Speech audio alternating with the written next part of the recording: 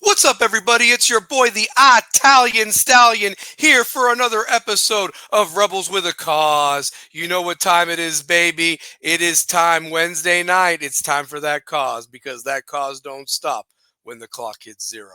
Got a lot to get to tonight. Got to do some house cleaning as always just to make sure that we stay in compliance because you know that's what we do here on the cause. Want to get my co-hosts on here. We got a lot to talk about, a lot going on, a lot of shout tonight, a lot of stuff to cover. Hope the chat box is hopping. We want to hear from you guys tonight. A lot going on in sports. We knew it would be busy. It's carrying on, and I hope there's some opinionated people.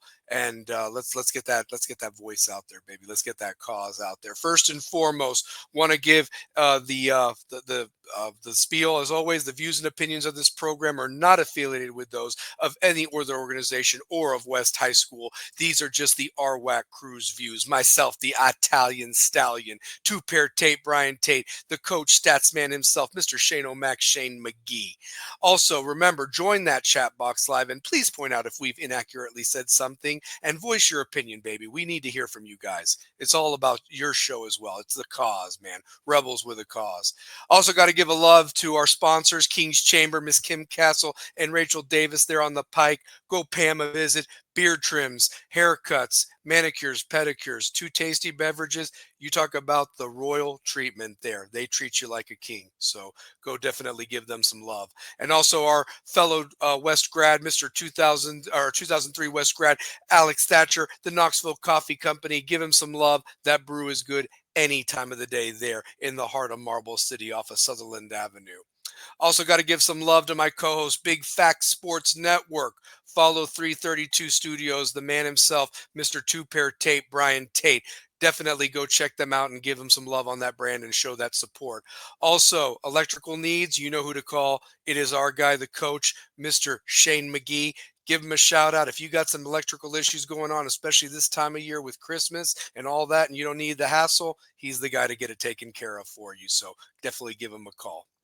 That being said, let's bring on my co-hosts. Whether you're watching this live or recorded, show them that love wherever you're watching this. Please, first and foremost, give that love to the man himself. You know who I'm talking about. Do I even have to say? He is in his 19th year calling the Runnin Rebels and Lady Rebels basketball, and now he's even added to that repertoire calling the Panthers and Lady Panthers of the mighty Pellissippi State basketball games. So definitely entertaining, and if anybody should be calling them games at the Ville coming up this weekend, is our guy. He is our Mr. 2003 West for Immortal, my favorite Florida State Seminole, my brother that I call my best and good friend, the one, the only, two-pair Tate, Brian Tate. What is up, baby? How What's you happening? What's doing? happening, man? How are you? Oh man, Oh, I'm doing better than I was last night, to be absolutely honest with you. Stallion needed to go take a chill pill, to be honest with you, before he said something man. stupid. So I mean, he might say it Um, tonight on the show, but that's just me, baby. So I'm right there with you, man. oh man, It was really tough. That was a tough one to drive home to. yeah, Um, yeah. it just everything about that game was just awful. Um, Can I give you the it, saying that we say in Spanish, by the way? Eso fue mierda. That's what you say in Miami. Eso fue mierda. So yeah, man, what you said, I yeah. am so just man, it was such a bad like it's the way you lose. Oh God, yeah, You know what I yeah, mean? The way you lose. But I will say this: wins are gratifying, and losses will humble you. yeah. And this is a humbling loss. hmm At home, Um, at home, no less. And it didn't yeah, feel like a home game. no, it didn't feel like a Read home between the game. lines. It didn't feel like a home game. It was a lot of Sevier County people I didn't know where to sit. at a There was basketball purple game. everywhere. There was purple everywhere. They've changed the benches, so now the West sits on the left side. That's fine. But let's have a sign that says West parents here, Sevier County or visitor parents, march your asses to the other side or whatever. It's like it's confusing to me, man, honestly. and I want to root for my team and not have to hear racist remarks from what's behind me. I'm just throwing that out there, by the way. I Mm, had to leave before I said something, man, or something happened, honestly. But that's just me. So yeah. racist remarks at the game. Yeah, just didn't like there was definitely some chippiness there. There were some things that were said in the stands, and and here you were very gracious to congratulate at least their football team, and a couple of the guys on said football team are on that basketball team and so forth. And it's like it just gets under my skin. It just gets under my skin Yeah, because we, sometimes. we try to remain classy, Try to be, man. and I was seeing one of the guys that I played against in high school, and PJ Burden. This is the first time I've seen him in years, and I didn't even know his daughter plays for Sevier County now. Hmm. And what I'm saying, it just shows you, man, like the basketball, it can take you places. It's just that game. I want to put this out there. Like, I've been seeing a lot of comments on social media, and it wasn't about the game. That game didn't come down to coaching or X's and O's. Yeah. That was the Jimmies and the Joes, and who played disciplined and who hit free throws. Can I say this real quick? And Yeah, obviously, I want to bring on our co-host because I'd like him to chime in, even though he wasn't absolutely. there. But here's the other thing too.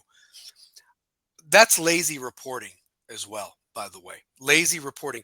And on this show, we cover the stuff. Yeah, We either watch replays or we're there. I mean, these are our opinions, live. but we ain't going to give you crap like, analysis. We're going to give you what we saw. And sometimes it's hard. We'll do it in a respectful manner. But no, that game didn't come down to coaching. I'm going to just say this. I saw what happened in the Alcoa game last year where we were in control. Reese gets hurt. Again, that same ankle. I hope. Same ankle. I mean, I hope he's okay. We need him, Hmm. especially with the games coming up. This gauntlet of a schedule, but Right. that just sucked the air out of the team. And that's a guy that is good for 13 points. So if you have him on the court, even on an off night, It's not that's close. still 6 points and not even it coming down to what it came down to. So let's get that out of the way. The free throws and the missed bunnies up close and the numerous putback and opportunities, atrocious. Atrocious. But credit to them. At the end of the day, when you look at the scoreboard, whoever has one more point than the other in the record book is the victor. But, and I'm going to use that analysis when we talk football briefly because we do have to wrap that up and so forth. But Right. that's just something. But again, I am very, very mystified by lazy reporting that you weren't there for the whole game and you're getting just stats. You're getting maybe calling a parent or somebody to tell you what happened and they're giving you their version. If you're going to report something, report it yourself like we do. I don't call a parent and ask them, "Hey, what happened in that game?" So I attend and I Yeah. do, we Or, do our or homework. or if you're there, Hmm. and what I'm saying, what the said person, you were there, but you're giving an analysis. You're giving analysis of what you Hmm. saw on Facebook, Yep. and you're gonna say, "Well, the other team, they lost because it wasn't coaching. It Mm-mm. was those dudes for Sevier County made shots when they needed to." Oh God, yes. With hands in their faces. I mean, there was a fadeaway that was a perfectly beautifully shot ball and it hit nothing but net. They hit their three-pointers when they needed to hit them. They Hmm. stayed within striking distance, and credit to them for not giving up. I mean, that first quarter, even with the injury, West looked like they were ready to run them off the court regardless. They really won that second quarter, and instead of being down by 10, they go on a 7-0 run with 2 minutes to go, two pair, and it's 30-27 going into halftime. So yeah, I mean, I really thought, just from the outset of that game, I really thought Jalen Hill getting in foul trouble kind of slowed things down, and they didn't get in the rhythm that they're accustomed to, and mm-hmm, he wasn't in the rhythm that he's accustomed to because of the foul trouble. And he didn't have his backcourt mate back there But either, so but the let's bring burden didn't Shane fall. on because Let's bring Shane we on. need to Yeah, get no, this he going. he needs to get in on this too because we got a lot to talk about. You know, uh, This man, he gets an introduction, but he does so much behind the scenes for us, has so much knowledge right there at the tip of his fingers there on the computer. Started off as our stats guy behind the scenes. We brought him on as a co-host. Let's show him the love. Great father, the man, the myth, the legend himself, our coach, the stats man, Shane O'Mac, Mr. Shane McGee. What is up, baby? How you doing? What's up? How we all doing tonight? Oh, Right. if you can hear, man, I think we're having therapy hour again. This is what this show does. So I need you to express your feelings up. Yeah, James, how do you really feel, Stallion? So Free throws and layups. Free throws and layups. The two simplest things to do in basketball. yeah. And this team is too damn talented, and then you're going to blame coaching? Get the hell out of here with that. He rotated what he had to do. I mean, it's effort. It is effort. Yes. Are you in the gym going through warm-ups properly? Are you doing everything you need to? Are you taking time in your downtime to work on your craft? Like it's every sport is that way, but a layups and free throws. Like I hate that I wasn't there last night. Thank you all for keeping me updated through the group chat. Mm-hmm. Well, and those weekday games are hard to get to. Those weekday games are hard to get to, especially if they're at home or on the road. But Shane, I can't stress this enough, and I'm not trying to troll when I say this. Their colors stand out, being purple, and there was more purple. And they were rocking their state championship shirts. I don't know how they got them so damn quickly. But the truth of the matter, because I had to wait 2 weeks for mine last year when we got them. But still, the point probably a parent or a booster that had that stuff ready. That already had them probably ready. Yeah, but they're rocking that stuff. Good for them. Our boy here gives them love and so forth. But the thing is it's like, where the hell were the West people at last night? I know it was raining, but where were you guys at? I mean, the students were there, and they did their thing, but there was like really hardly anybody, on both sides. I'll talk about this before we went on air, but I've noticed it a lot with the West Knoxville teams. You don't get a mass amount of fan support like you think you should. It's been the only time I ever see a packed gym, and this is just through my years of cheer with my daughter and stuff and going to games, is that Bearden Farragut game is packed to the house where it's standing room only. Oh yeah. But don't just show up for the big rival game. Support the boys and the girls and everything they did. Mm-hmm. They need to support too. Yeah, I know some games are a little earlier than you want to, but get out there, be there, support the team, and let them know that you're behind them. I mean, we did this with football. We were there, packed house regularly, even in the cold with heaters on the sideline. Like, be in the gym. It's warm. Come out to the games. Yep. Well, and I'm going to tell you this right now. I was right about Devin. He finished. They don't have the box score 2-pair, but according to the Twitter at West Rebels Hoops, shout out to them. Devin finished with 27 points and 15 rebounds, going 11 of 15 from the field. I mean, that's what he was doing last year, where it was like standing around watching Devin. You can't do that. This team is way too talented for that, in my opinion. I'm hoping he's playing phenomenal, though. 3 dunks, man. They didn't want none of him. He should have touched the ball every time down the floor. Every time. So. And then I want to say this week we've got a weird schedule because the girls play at home Friday. And the boys play Austin East Friday. In Fulton. On the road. At Fulton. Fulton's hosting that first part of the tournament, and then Bearden's hosting Saturday night. So it's at Fulton? It's at Fulton. So, yeah, so West is the 6 o'clock game against Austin East, and then at 7:30 is Fulton Bearden. Then the following night, West is the 6 o'clock game against Fulton at Bearden, and then AE and Bearden is the 7:30 nightcap. Ooh. Yes, that's how the tournament is. The Ville. Yeah. Really? They call it the Ville. The Ville. Yeah, in fact, that's why this show was called King of the Ville. To see who was going to be King of the Ville. I'll play off words off of that. I think the Ville, this is crazy. Yeah. I should be announcing this. You should be. And then here's the other thing, too. And then to really top it off, which is really interesting with how the schedule works, Fulton and AE play, I believe, next week sometime, and we just happen to host Bearden in that weird region game right before Christmas break next Tuesday night. So in a way, you're going to get to play these 3 games round robin to see who is king of the Ville at this point. I like it. I I like like it. it. This is great. Yeah. Now, darn, I don't know if I'm gonna be able to do this girls' game tomorrow. We might have to get my Is it backup. tomorrow or is it Friday? Because tomorrow's Thursday. What is it? Oh, you know what? I think the girls and the guys played on Friday. They both play on Friday. They both play on Friday.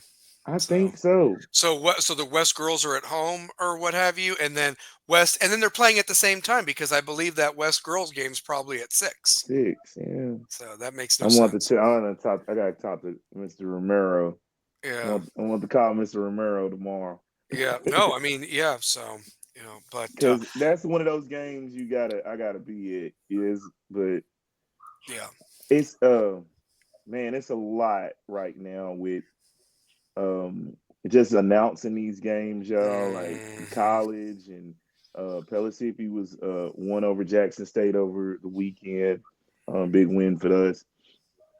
And last night was just it was good basketball until it wasn't good basketball. Yeah, for sure. The closer that game got, like Sevier County was gonna take it because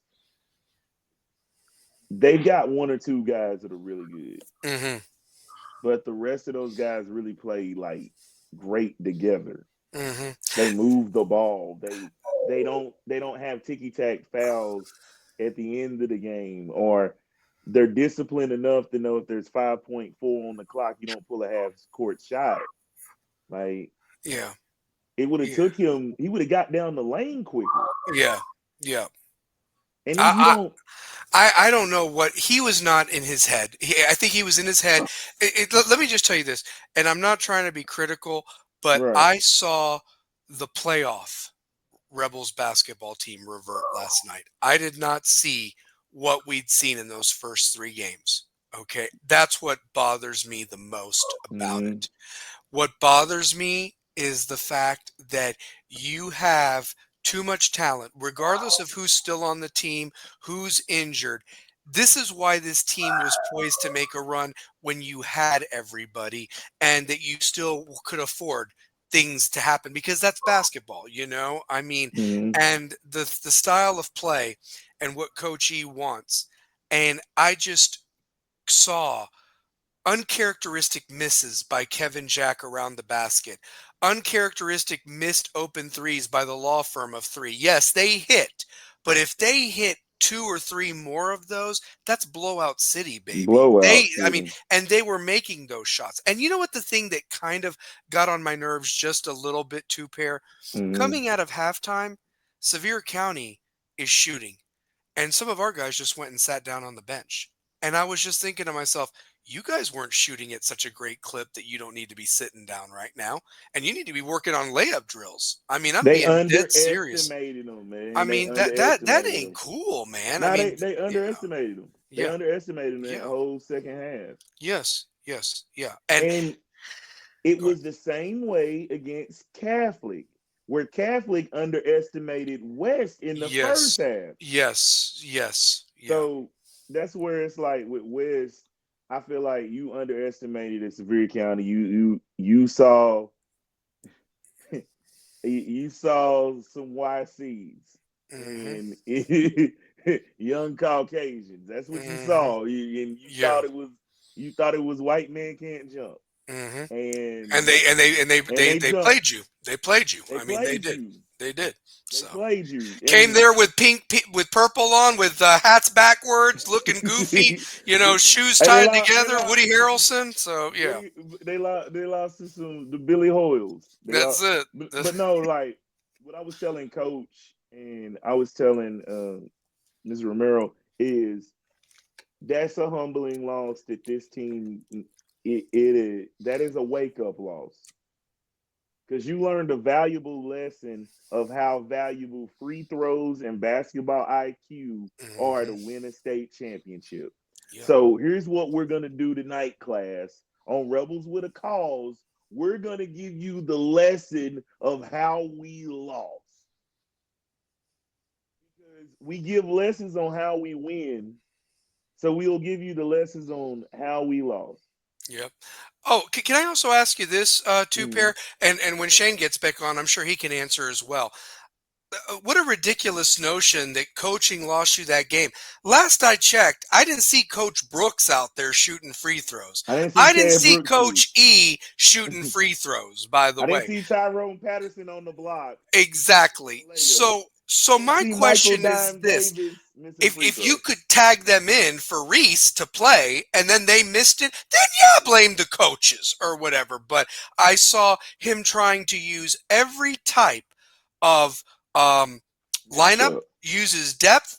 I mean, here's the thing. He had to rest some guys, too. We had the foul trouble situation. I mean, if it wasn't Malik on Thursday against Catholic, it was Jalen against Sevier County. And the thing is I really saw the refs struggle last night. And no disrespect to those three gentlemen. But it's like, do you not know what a charge or what a block is? Because Jalen on one of those fouls had his feet set, and you still called the block, and it ended up being an and one and put him on the bench. If that's a charge, yeah. Have a restricted zone. Yeah.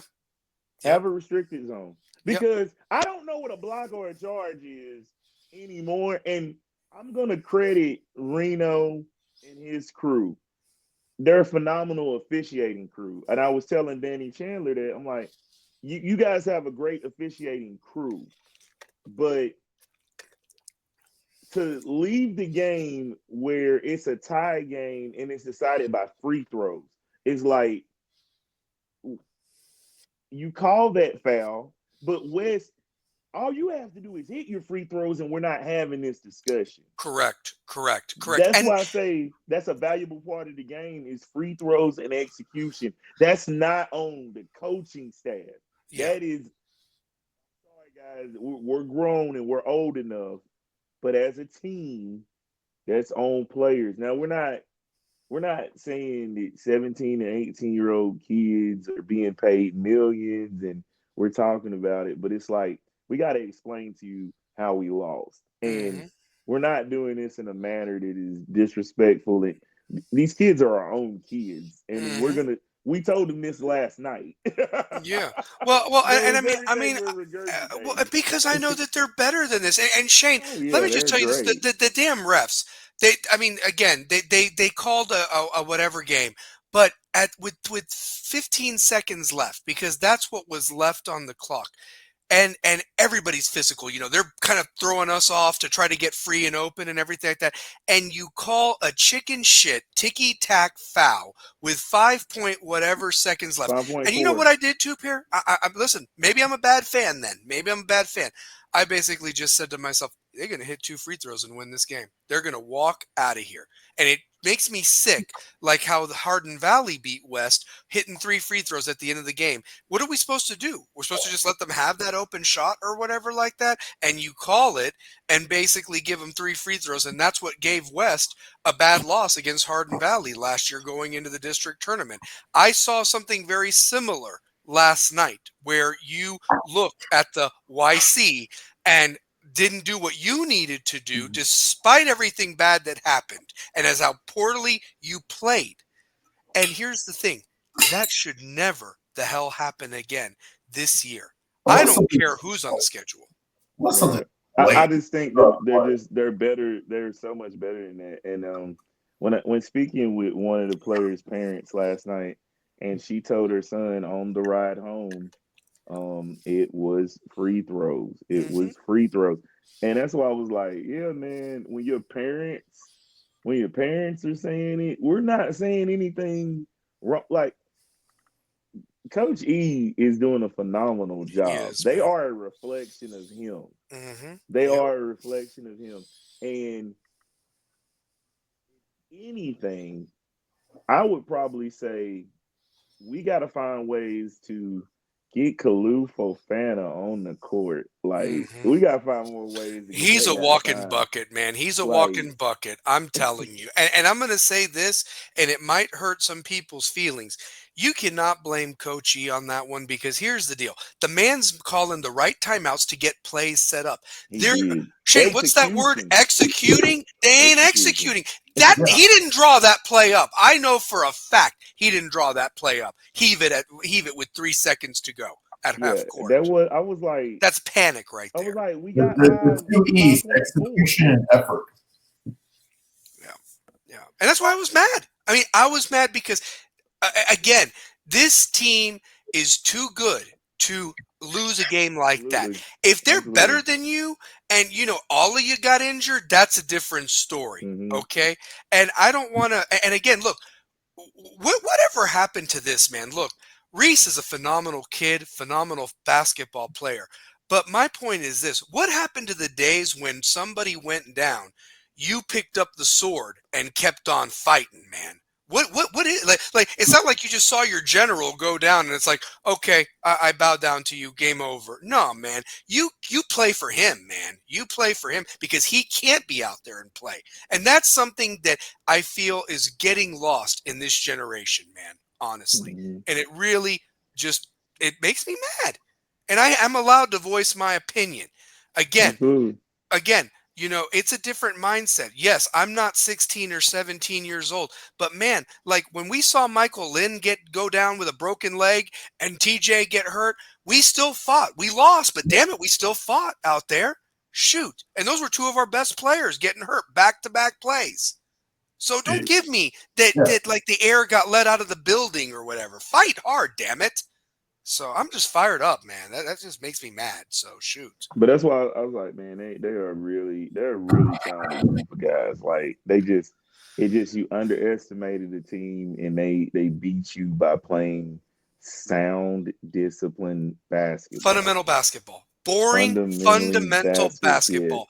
And your flashy stuff. It's amazing how that will always do it too. Yeah. It will always beat you. Yep. And if you leave that window or door open for them to do it, like what happened last night, then that's what's going to happen. Simple as that. The thing where I had a problem with, I won't say. Shout out to my man Michael Johnson. I saw the post, so that's who said it. Shout out to him. But when he said the coaching part, I'm like, yeah. Sevier County did play discipline. I give you that. But it became if West hits their free throws, you overcame all the other stuff. Yes. Yeah. That's all I'm saying. So that's why I had a problem with I had a problem with somebody saying something about Coach E's coaching when that totally was not the case. Coach E's a hell of a coach, and he coached a hell of a ball game last night. It was a lot of the ball didn't bounce our way. It just didn't. It bounced their way. No disrespect to Coach Gaporo from last year, okay? But here's the deal: I feel the boys respond better to what here's the thing. Coach E is not going to get you a technical foul and cost you a game. He's just not. He's very stoic. He calls the timeouts when he needs to. I mean, listen, I want to talk about that Catholic game real quick.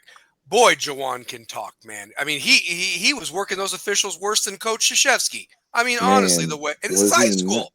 I mean, he was working – he was talking to you.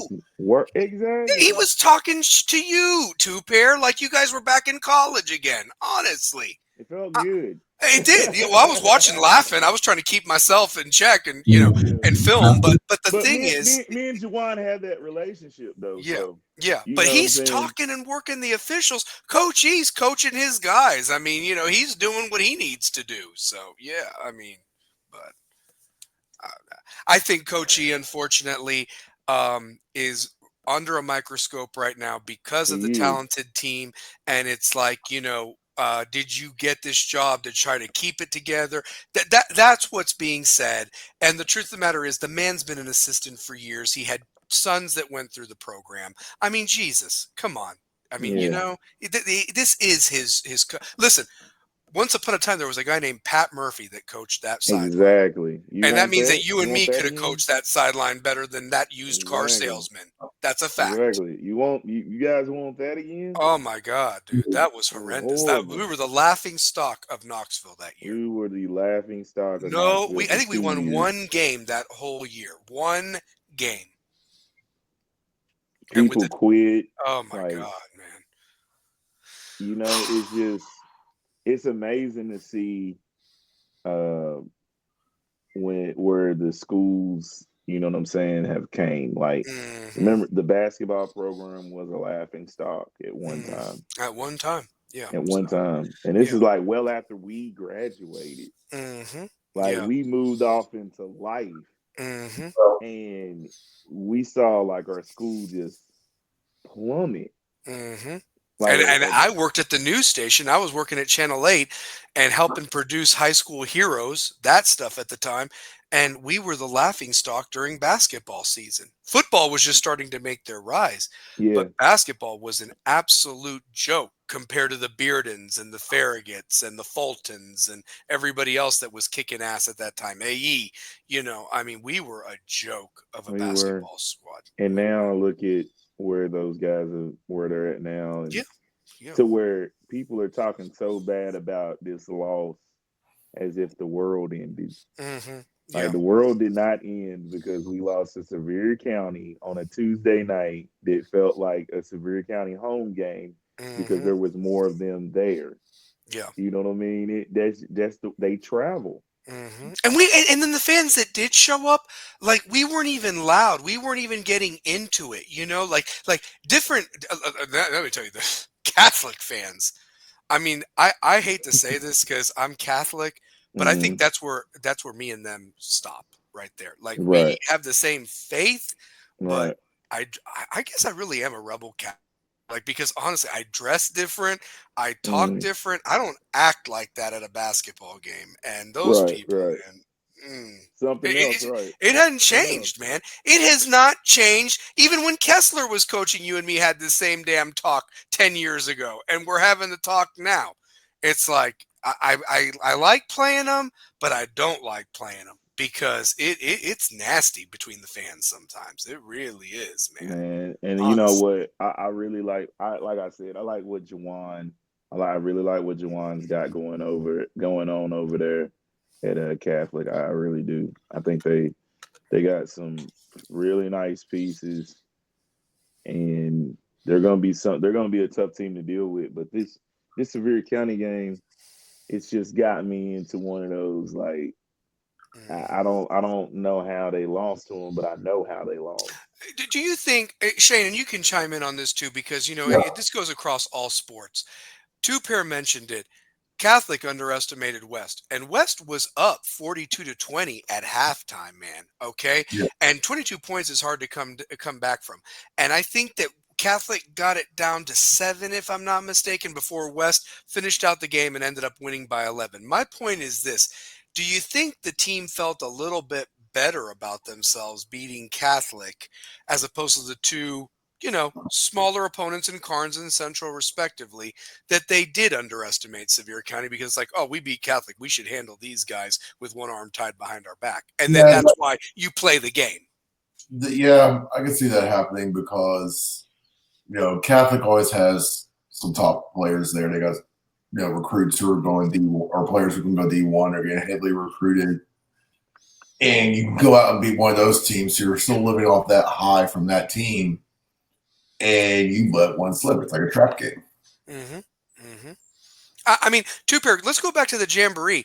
We didn't even play our starters for that long, and we handled Webb. And Webb's trying to win the game. That's how competitive they are. Webb's got their starters in. We've got like second teamers in, and they're trying to go for a 3 to win a damn Jamboree game. That's Webb, man, okay? Now, why do I bring that up? I saw Webb Monday night run Maryville off their own home court like I ain't seen anybody get run over.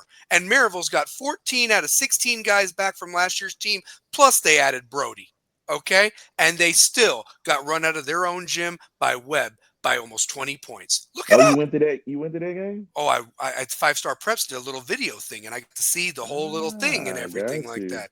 But I read Got the whole you. report about what happened in the game, and Okay. even Wes Lambert, legendary Wes Lambert, said we didn't take him seriously, and they certainly showed where we were at, and so forth. And I'm thinking to myself, well, shit.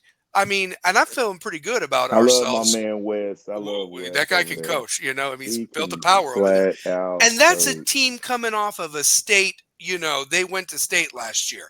And what I'm getting at is they bring all that talent, take Brody, and the sad part of it is they lose. And I'm feeling pretty good about ourselves, but now I'm not feeling good about ourselves because of what happened. Now, I hope this is a wake up call because you got 3 damn great teams, programs, not just teams, programs that have Programs, a yeah. lot of hardware in their cases. And if you want to feel like you belong, you need to beat those programs. Bearden's got a state title in theirs. Fulton's got multiple ones just coming off back to back. AE's gotten one in the past. I'm just saying that's what you got to do. To get one, you got to beat those type of teams. So Say it again. that's what you got to do, man. That's what you got to do. Multiple state championship games, like you have to get to that level. Yeah, you have to want it. AAU, all that stuff over the summer where you felt really good about yourselves. Now this is when the Jimmies and the Joes go at it, guys. And every point. What did you say a few weeks ago on that show? Every yard, to get to okay. How about this one? Every free throw, every point gets you. Every layup gets you closer to that gold ball. And you know what? How about this? How about winning the district? Like our boys did 25 years ago. I mean, hadn't been done since. How about winning a region first time in 12 years since Jay Wan and those guys did it? You know what though? It's like, has this group achieved what has this group achieved that compares to those teams? They beat Bearden on the road. They beat Bearden That's on the road. the only thing they've done that those two teams did. Oh no, they swept Bearden. Yeah, except we didn't win in the district tournament. But yeah, but to win at Bearden, like the 2000 team did not do that. The 2012 team, I think, did it. Yeah, they did beat Bearden there. They swept Bearden that year. But I'm talking about this group of players to beat Bearden consistently is what you have to do to get to. How many, and far as Christmas tournaments, they've only won one Christmas tournament. Yeah, last year the Heritage one. So, but it's like, guys, what do you guys have to hang your, like, for your high school career? Are you going to be known as the team that had all this talent, didn't win a district, didn't win a region, didn't go sub-state, didn't go state? Like, do you want to be known as that group? Because I don't think that's going to happen. I think that was the wake-up call they needed. That was a total wake-up call. And basketball is different from football. Basketball is a marathon. I say football is a sprint, to be honest with you, even if it is over 15 weeks. But truth be told, like, you look at our group of guys and the schedule that we have in the district that we play. 5-Star Preps. Shane, I think you're onto something, by the way. They watch our stuff because you know what their basketball preview said? They called it a bloodbath region. I think I called it that on last week's show or 2 weeks ago when we were talking about it. So, yeah, bloodbath. That was my word. And it is a bloodbath of a region. So I'm glad I'm helping 5-Star Preps and Prep Extra and High School Heroes and Rivalry Thursday. We're so glad. You can send the commission to 1536 Foolish Pleasure Lane. So that's where I live. There you go. But I'm just saying, like, I mean, we talk because we know our stuff. And the thing is it's a tough schedule. And if you can survive that, then you should be battle tested when you play the Sevier County team, because you would play them technically in the sub-state or what have you, if you get there that far. So, yeah. You're going to see a team like this again, and it's like, if you or Dobbins Bennett, them, Science Hill, one of those type teams. Yes. And it's like, if you underestimate them, they are going to have you for breakfast, lunch, and dinner. Yep. They You are. know what I'm saying? They look forward to teams underestimating them, saying we don't look that athletic. Like Jet Sutton was a problem last night. Parker Newman was a problem. Reed Owenby knew how to get to his spots. Like the guy that started at point guard for them, number one, Mason Ward. He didn't even play in the fourth quarter because he wasn't doing anything. And the guy, the one thing their coach did go with, the hot hand. He did, and so forth. Unfortunately for West, other than Devin, there was no hot hand. And I'm not trying to be cruel with that. We had guys uncharacteristically missing free throws. We had guys uncharacteristically missing layups and three-point wide open shots. Turning the ball over when we don't. I mean, are you the turnover, man? Come on. Were like it was just to the point of what are we looking at? Why are we getting these type of turnovers in this type? Like that's where situational basketball comes into play. And Shane, rebounds. I wish we had the stat sheet because Shane, I swear to God, if I'm wrong, I will come on the show next week and say I was wrong. But if I could get the actual game stats, I swear to God, we out-rebounded them. We out-rebound. The amount of second and third chance points that were not converted was horrible. And you're going to point to that for coaching? It wasn't the coaches missing those layups and rebounds. That's all I'm saying. Like, I mean, that's what bothers me to hear a comment like that. Like we don't effort and execution.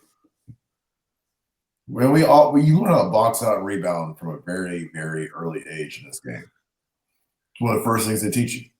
Yep. They're layups and free throws. Yep. What are the three easiest things? Those are the three easiest things to do in basketball. Yeah, and even Robert Schuler had a great box out, and the ref actually called the over the back on Sevier County on that one. You know, so it's like we were doing our job, and they really did not get second chance opportunities, man. I mean, they either made it or it was one and done. But damn it, when they made it, it counted. They really did, and they hit their free throws. That was the story of the game. The execution for me is just like you gotta know the situation. You gotta know the situation. Yep. Like try to get to the foul line, and it was just a thing of guys not knowing situations and guys missing free throws. Like you can count I've seen a lot of guys miss two free. Like Dupree went 0 for 2 at one point at the line. That never happens. Never happened. But it happened. Okay. You know what I'm saying? Yeah. Devin missed 2 free throws. Jalen, we're up 1. All he has to do is make one. Yeah. You know what I'm saying? Like, yep.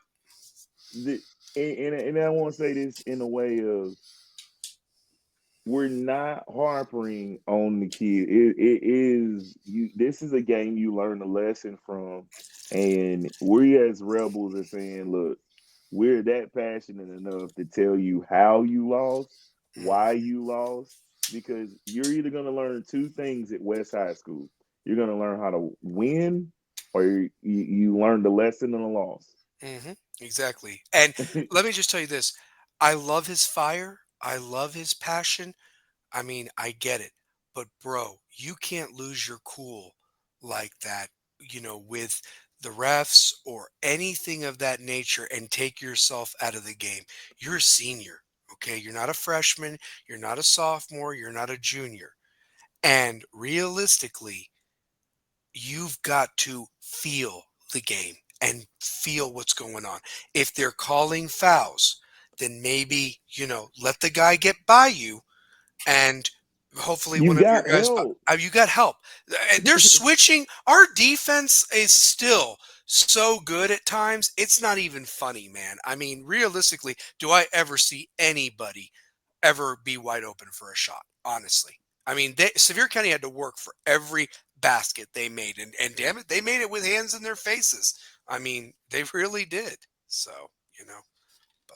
but it is what it is. I mean, we could talk about it all the time, but now looking forward to these 3 games, AE and Fulton, they're going to have to use this tournament because realistically, West and Bearden are the old men on the block, and Fulton, has to replace the 3-headed monster. They got some great talent though. AE, has to replace the Cherry Brothers, you know? So the thing is that if on paper, you would think that Bearden and West should win both of those games. But again, that's why you play the games. That's why you play. And we'll see what happens being on a neutral territory. You know, realistically, Bearden and Fulton have the advantage of being home for their 2 games that they play. On the flip side, though, West plays the 2 teams not at their home place. For example, they play Fulton at Bearden, they play Austin East at Fulton. I'm sure fans are going to show up. That's going to be a lot of people there that love basketball, a lot of passionate people that know what's going on. My hope for West is that first and foremost, Reese is okay. And number 2, that you guys come out there and really want to show something, because there's going to be a lot of media there. There's going to be scouts there.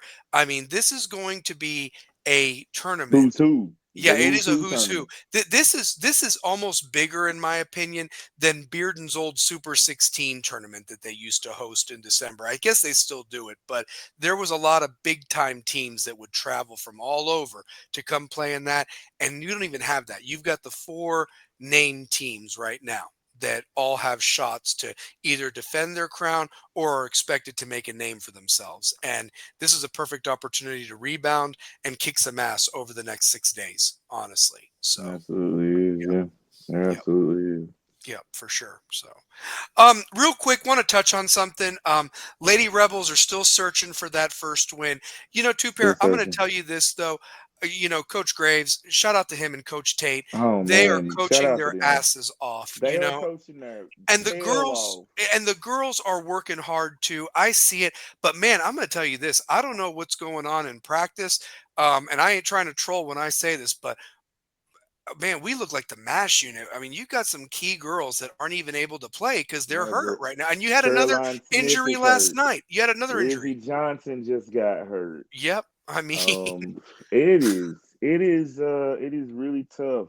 Yeah. On these girls, and Coach Graves and Tate are coaching phenomenal. Like, and Jade Mullins, they're doing the best that they can. They really are, man. They really are. The cupboard is pretty bare when you don't have enough girls really to interchange girls out if they get in foul trouble. I see Sevier County with 16 girls, every chair filled. Ours, we're still we have to have body. We got bodies out there, but we need depth. That's the thing. And there's some girls that just are being thrust into action as freshmen, and they're just not ready for it. They ain't ready. But give them a year or 2, and the regimen of what they need to do. You know, I want to give a shout out to Ashley Stewart, by the way. She really was kind of like one of the better players last year, and she's doing what she can this year. I will say this about it. I'm just happy that the team can get the ball up the court and actually try to take a shot. That wasn't even the case last year. That wasn't even the case last year. I'm so happy for them. And they look, even though the score was a little lopsided, in the games that I have seen them play, they look like they're having fun. They're engaged. You know, Coach Graves is calling his stuff, and it's working to an extent, you know, but at the same time, you're playing against other teams that have been doing this for a while, you know, and they're established, and you've got some time before you can even get to that level. So, right, man, it's tough. It was tough last night because Kalia Bearden, Emma Lindsay, Penland, like Sybil Penland, they were just they scored in bunches. Like, they even had girls off their bench, the Hannah Madison girl.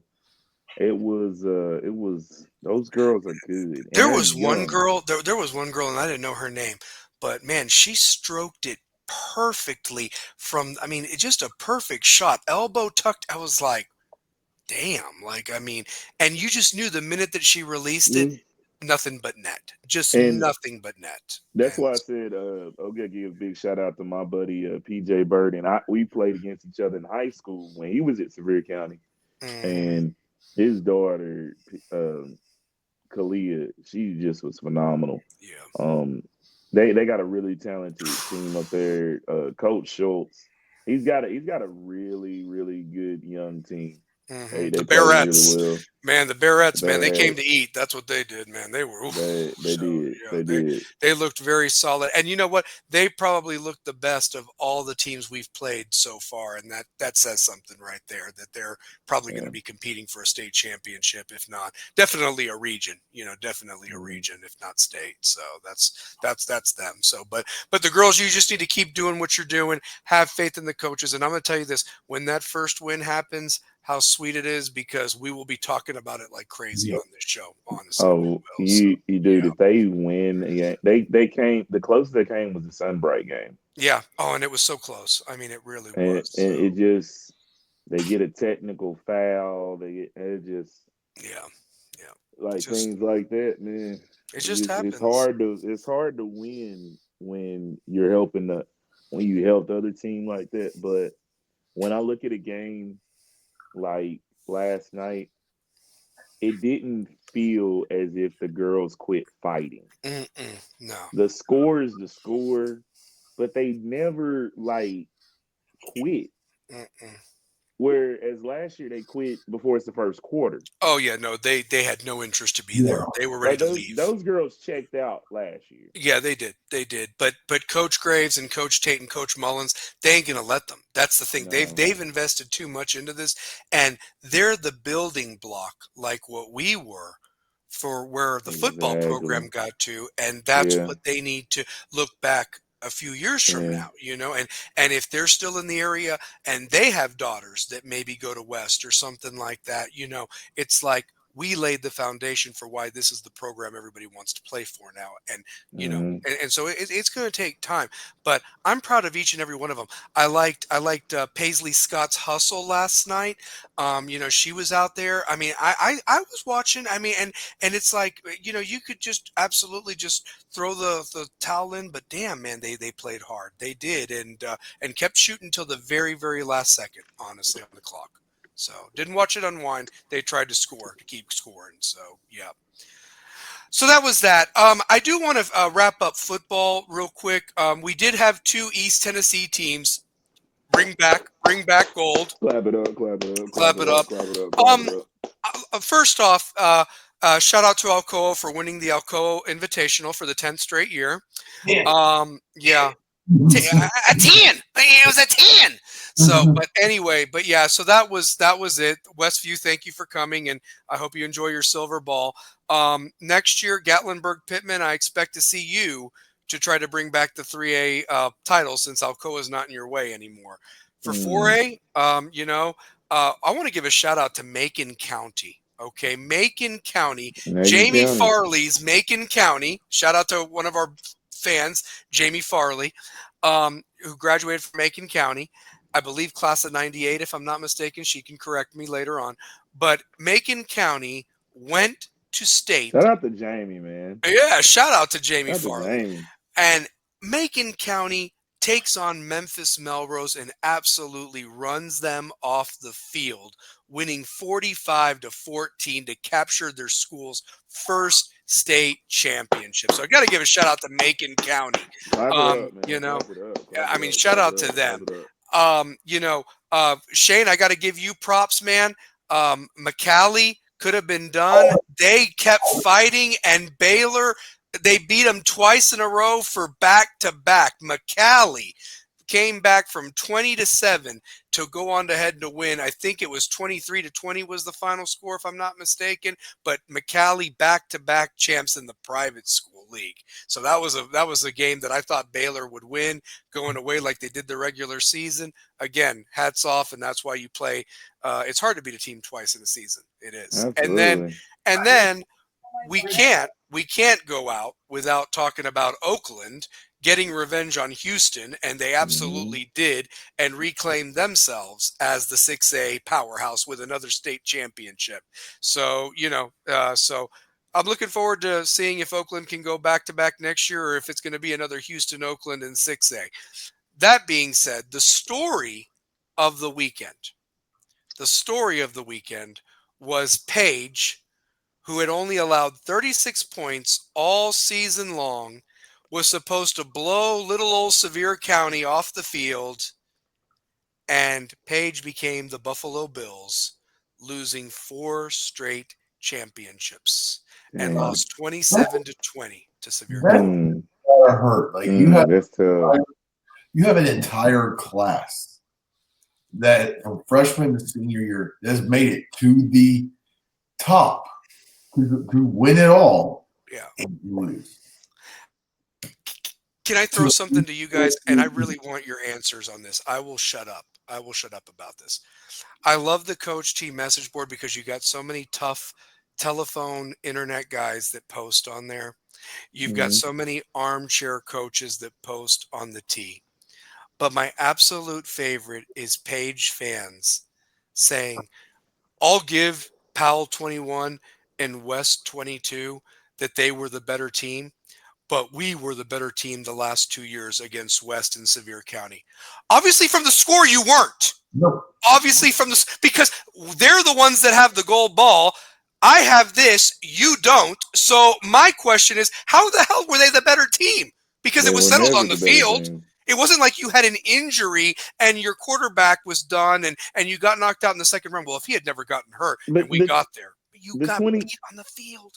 The 22 loss might be the worst of those, though. Oh yeah, well, that team was amazing. 22 was with the guys. Yeah. They wanted everybody. Yeah, they weren't going to lose to many people. I mean, they finished 90th in the nation, guys. 90th in the nation, not just the state, nation. 90th. So, yeah. Like that 22 team.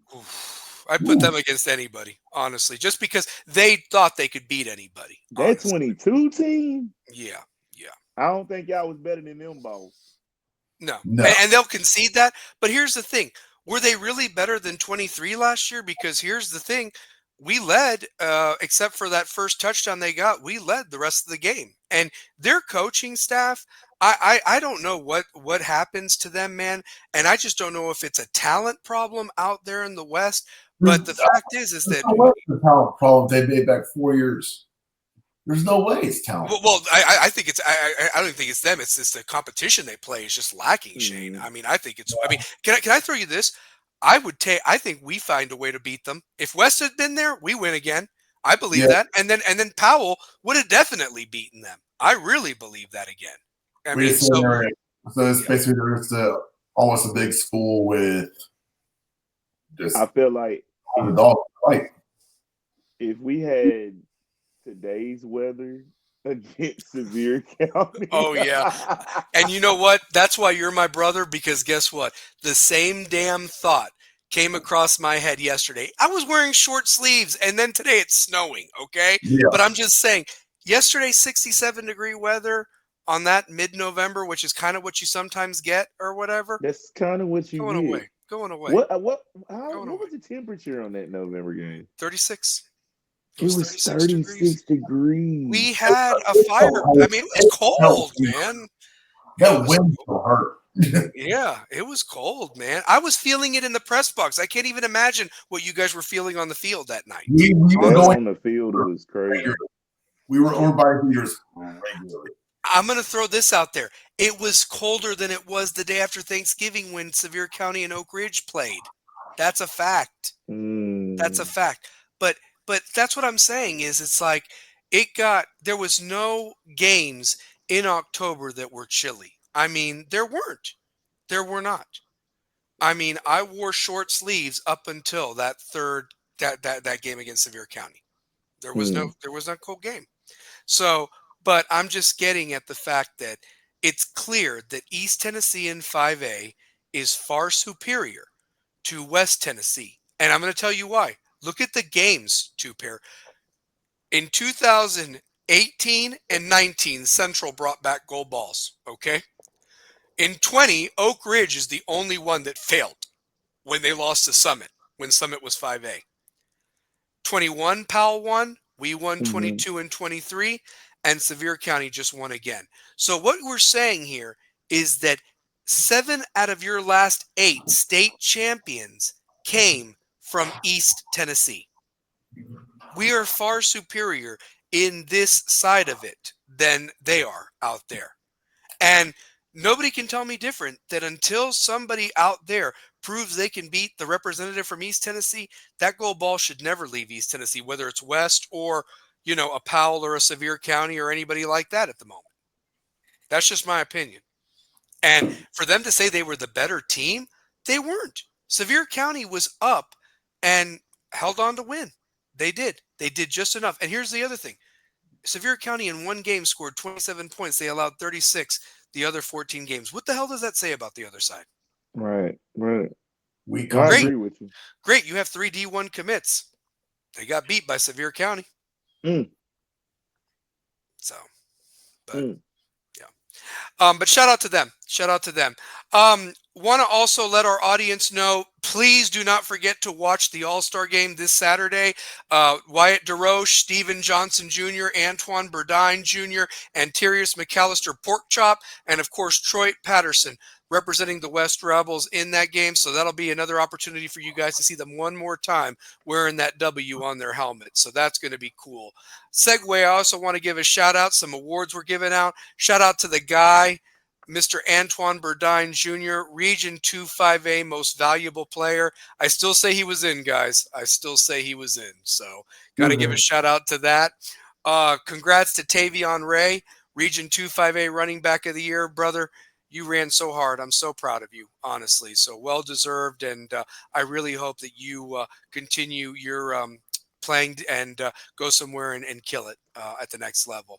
And then also shout out to Captain Jack Keith. Congrats to him as being the co-defensive player of the year of Region 2-5A. And I mean, how many pick sixes did he have this year? And just so many timely tackles and interceptions. And he was, we're going to really miss him. And guy had over 100 tackles 2 years in a row from the linebacker spot. So, I mean, just an awesome player. And hopefully he can get a ring in basketball, when they get everything sorted out. So for sure. So. I think this basketball team is they're going to have a wake up call.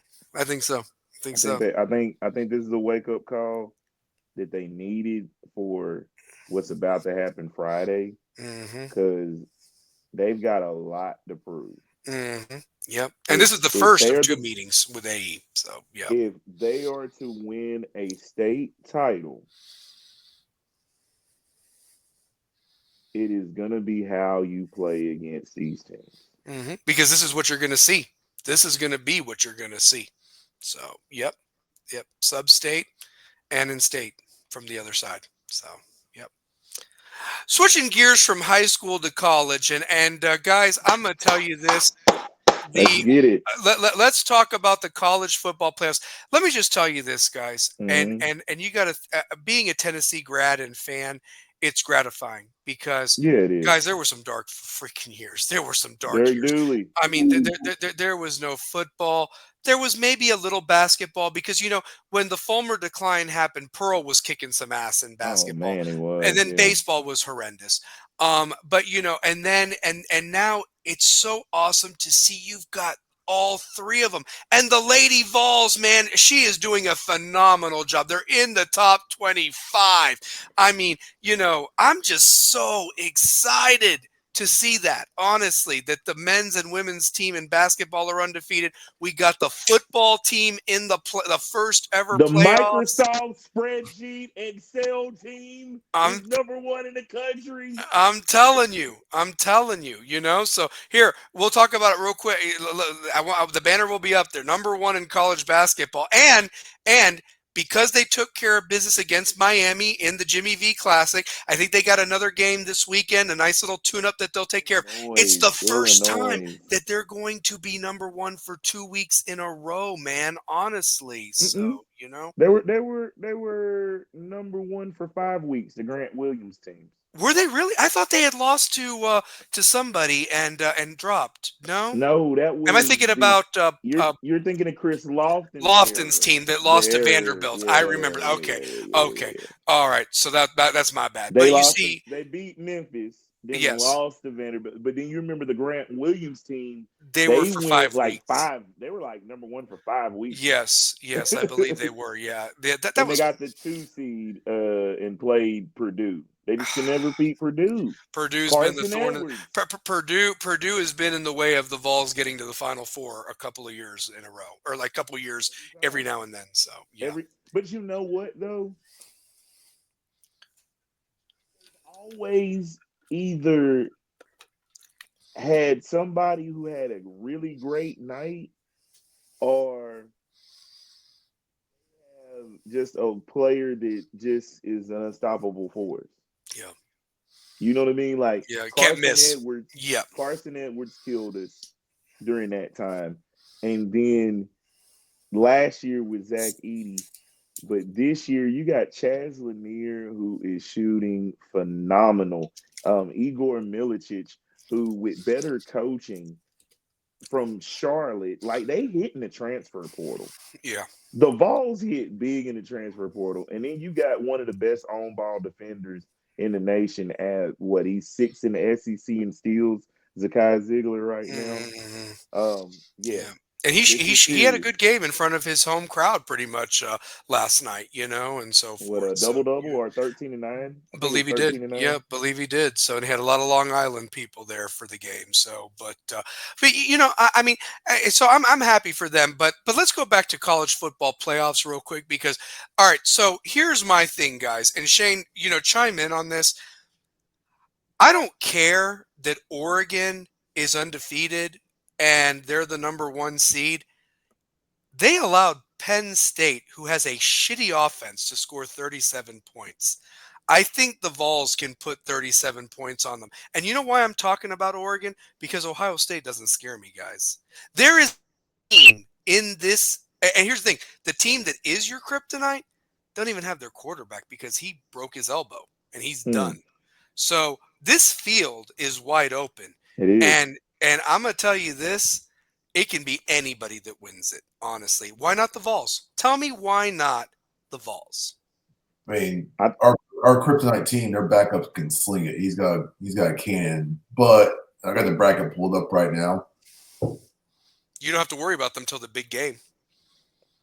I really think Georgia's the one team. Georgia's the one team that I'm worried about. Like, I feel like they can beat Ohio State. I'm not. Let me tell you something. I firmly believe, and you saw my comment on there, and I meant it with my heart and soul. We got to plant that orange T flag on their field on the 21st. That Ohio's like governor or senator today. Yes, the lawmaker. A felony to plant a flag that will cause a brawl or incite violence at a football game. Listen, take the Vaseline out of what, honestly. I mean, you got your ass whipped for the 4th year in a row by your rival. And I'm going to tell you this. I'm sure Jimmy Haslam would pay the fine or whatever like that if Tennessee plants that flag on the 50-yard line. Oh, yeah, we know he'll pay that. Yeah. So, but I'm just saying, man, they don't scare me. He'll take it out of somebody's salary over there at Cleveland. Mm-hmm. Yeah, for sure. And I'm going to tell you this. Tennessee's offense, I mean, I had not an argument, but a disagreement with somebody. They said that our quarterback's not experienced enough. Let me just tell you this. If Nico can manage the game, make the throws he needs to, depend on Sampson in the running game, and the defense does what they need to do, there is no reason why Tennessee does not move on to play Oregon, honestly. Yeah. And I don't think Oregon's met anybody as physical as Tennessee has. They haven't. No. We're the only team in the playoffs right now who has a top 10 offense and defense. Mm-hmm. Yeah. Like, our defense can put up the points. Our defense can put up points too. Yep. They know how to flip the field. And I thought what was kind of crazy is McCoy not being on the first team all SEC. That's complete bullshit. Let me tell you something. Some of these guys that make it, I don't know, man. I don't know if they even watch all the games, to be honest with you. I think he should have been in, but they had 3 first-teamers. Dylan Sampson, who was the best offensive player, the SEC Player of the Year, should be a Doak Walker finalist. But what do I know? So to me, I think it's more impressive of a season on who Dylan Sampson played than what Genty did against lesser competition. No doubt. Just saying. Yep. Just saying. Yeah. I'm looking at all the predictions for the games. Everybody has Ohio State picked by a score. Good. Whether it's 7 or 3 or 4, it's within 3 to 7 points. No blowouts. I want that as fuel. Like, just come in there, run the ball down their freaking throat, let our defense eat all day, and we'll see you at the Rose Bowl. Yep. And I'll tell you this. That would be amazing if Tennessee could get to the Rose Bowl because they've never been there before. No. Realistically, only certain teams that weren't Big Ten, Pac-12 have been there, because of maybe that how the Rose Bowl was hosting the championship and yada, yada, yada. But truth be told, how amazing would it be for Tennessee to play Oregon in Pasadena on New Year's? I mean, that would be freaking unbelievable, man. It would be. And then let me ask you this. Are they in the bracket that would go to the Orange Bowl in Miami for the semifinal game? Because that would be a dream to play in the semifinal in the Orange Bowl in January. It'll have it under on there, Shane. Oh, they don't. Like of how it delves into. Yeah. So Mm-hmm. Because I know that the championship is in Atlanta, and we made the joke a long time ago on this show that if the Vols get to Atlanta, that's Vol-lanta down there, man. I mean, January 20th, you won't find a ticket. I mean, it'll be gobbled up. They'll pay whatever. And you pray that if it's Georgia, Atlanta, I mean, if it's Georgia, Tennessee. So where's that at? Where now? If it's Georgia, oh my bad. If it's Georgia, Tennessee for a natty,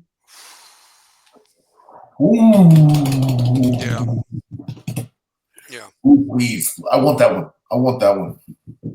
Man, do you know how many Tennessee people in Atlanta if that were to happen? You would split it, honestly, red and black on one side, orange and white on the other. 50-yard line, right? Like how the Cotton Bowl is with Oklahoma and Texas. That's how it would you got to split that one down the middle. Yeah. No, Tennessee would – I honestly, even though Georgia's close to there, if they've been to that national championship game – Tennessee fans haven't been to one since '98, so they would gobble it up. They would gobble those tickets up. I mean, there's no doubt in my mind right now. So the Orange Bowl is in Miami, and that is where they don't have. It's either going to be the Cotton Bowl or the Orange Bowl. It doesn't say who's going to be where. It doesn't say where. Okay, so can I tell you this? Typically, they will give whoever the higher ranked seed is that, and logistically, I would say Miami's closer to Knoxville than Dallas is. The thing is if it's played in Dallas, it's at Jerry's World, and it's going to be inside. So there's no elements to affect you. Miami in January is nice. I don't think you have much rain to deal with. It's not going to be super cold. So, I mean, yeah. Looking at logistics and everything, Oregon versus hopefully us. Mm-hmm. We win. We're still the 9th seed. But then you got Georgia versus Notre Dame versus Indiana.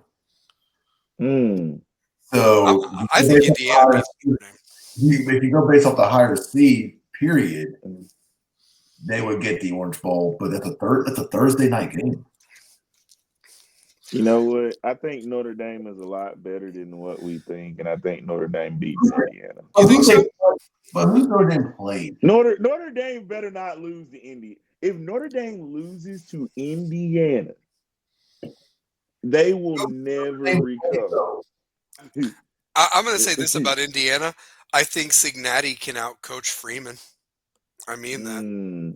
That's why I like Indiana. You give Cincinnati 3 weeks to prepare for Notre Dame, like what's happening right now. I think Indiana can beat them. I'm not saying they will. I'm just saying I think they can. I will say this much. Clemson sucks. They got in, but they losing, by the way. Oh, yeah, they lose immediately. They losing. And who's the other game? Who's the other game? Penn State against who? SMU. Penn State's beating them. SMU, they don't have the line of scrimmage to go up against Penn State. They don't. And it was clear against Clemson the other night. Yeah, it was. They might have some nice skill players and nice little, but no. To win this thing, you have got to be badass in the trenches.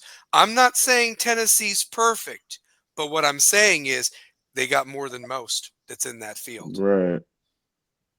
I think your two bye teams are pathetic in Boise State and Arizona State. Yeah. That's why I'm saying. I think they changed it for this year. It'll turn into top 12. It doesn't matter if you win your conference or not. Mm-hmm. 3 of the best teams in this playoff are in a round robin like potential to play each other, and that's Ohio State, Oregon, and Tennessee. All in that one little, path. Yep. Right. I think Texas has a decent path. Not saying they'll win it, but I think that you could easily have 3 SEC teams in the semifinal, or you could have 3 SEC teams in the semifinals. Yeah. And one playing each other. Texas will dismantle Clemson. Yes. They will dismantle Arizona State. So Texas would get that seed, and so it would basically be a potential UT. It could be a potential Tennessee versus Texas, either in the Cotton Bowl or Miami for a right to go to the national championship. I think to keep it as neutral as possible, you take it out of where's the Sugar Bowl's at? Sugar Bowl's in New Orleans. Okay. Ooh, decent Texas there. No, Tennessee beat Texas to be Rose Bowl. No, my bad. Hold on. It'd either be Cotton or Orange Bowl. Yeah. I think Cotton Bowl would be a home game for them. I think keep it neutral. You go Orange Bowl, Tennessee, Texas, Cotton Bowl, Georgia versus. I'm gonna go Indiana. Yeah. I don't think Notre Dame's playing anybody, and they get ranked because they're Notre Dame. So let me ask you this: who does Penn State?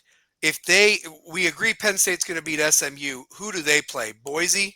They play Boise. They'll dismantle Boise. Yeah, and then who would Penn State play? I guess Georgia then. No, Georgia gets because Georgia would. I think Georgia takes the Sugar Bowl. Yeah, that's how. Let me look at the bracket completely. Because here's my thought: Tennessee is going to beat Ohio State. I know that in my soul, honestly. And Tennessee beats Ohio State. I think Tennessee takes Oregon. I don't care. It's in the Rose Bowl. You get. I think they beat Oregon. I say semifinals: Penn State, Georgia. Penn State, Georgia. Oh God, Georgia would beat them. I really believe that. I'll see Indiana beating Penn State. I see Indiana taking Notre Dame. Georgia will dismantle Indiana. So Georgia will take their part. Penn State will destroy SMU. They'll destroy Boise State. Just the lack of competition out there, they won't be ready. Yeah. Okay, so let's throw this out there, okay? Let's throw this out there. About the playoffs. Alabama got bumped out. Miami got left out. My question is this: Ole Miss got left out. If it really didn't have any conference ties or anything like that, does Alabama, Miami, and Ole Miss make those first-round games sexier and more watchable? Yes. Yes. Okay. Hands How down. about this one? I'm going to go a little step further. Mm-hmm. We just had a high school playoff where 32 teams from each classification, different regions met and all that. Let's say the hell with the conferences, and you do this regionally. Break America up in 4 quadrants. Okay. You do your Midwest/Northeast, so you can get your Big Ten teams, your SEC, ACC, your Big 12, whatever, throughout the. Okay. So you want 24 teams now? No, I want 32. No, here's why. You get your top 25. Okay. You get your top 25. Okay. 7 more that think, oh, well, we were receiving votes. And okay. And here's the best thing. You play 10 games. You play 10 games against your conference. And then based on how you did, you get seeds. There's no bye. Go. 5 weeks. End the season. End the season at the end of October and do it just like us, November, and then the final game be played on New Year's Day.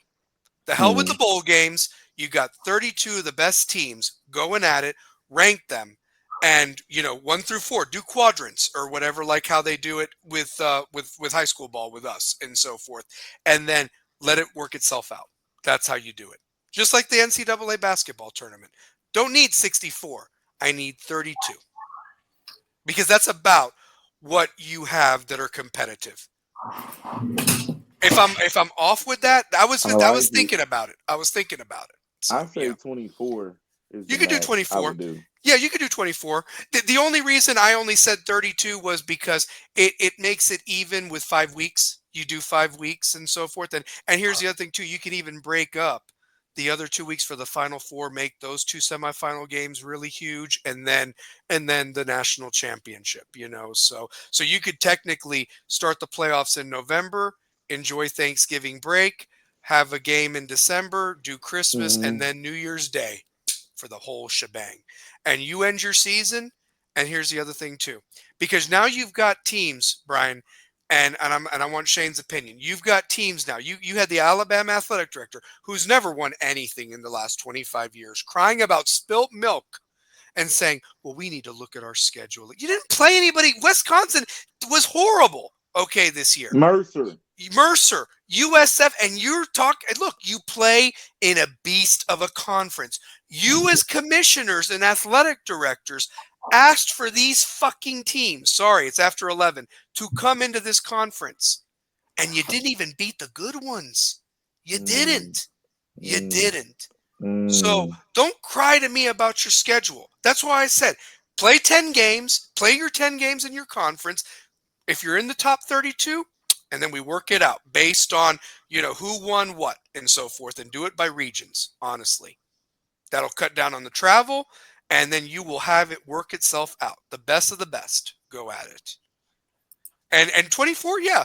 And then you'll have the number 25 team. Well, I didn't get in. Well, shit.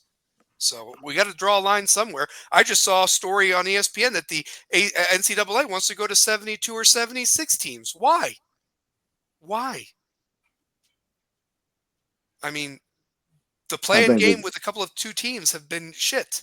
So I just found like if we broke it down regionally, puts it in the 4 conferences. Yeah. Total.